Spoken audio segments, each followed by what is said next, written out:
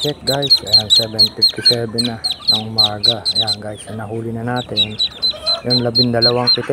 Ayan guys, ang gagawin natin, sasama natin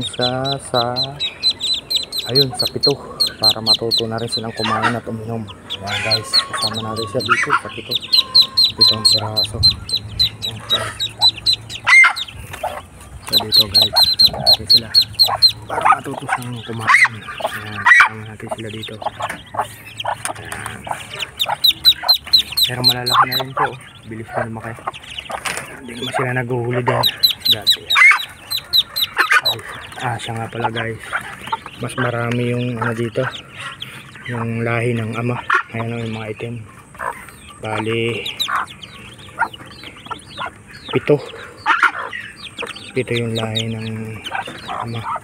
Ayan guys, tapos yung lahi ng inahin, yung gray, ayan, 2.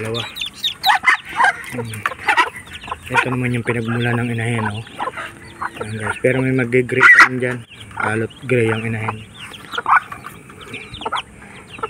Ayan guys, oh, dami na nila guys. Ayan, matututo silang kumain na din dyan, tsaka minom. Ayan guys, ang dami nila.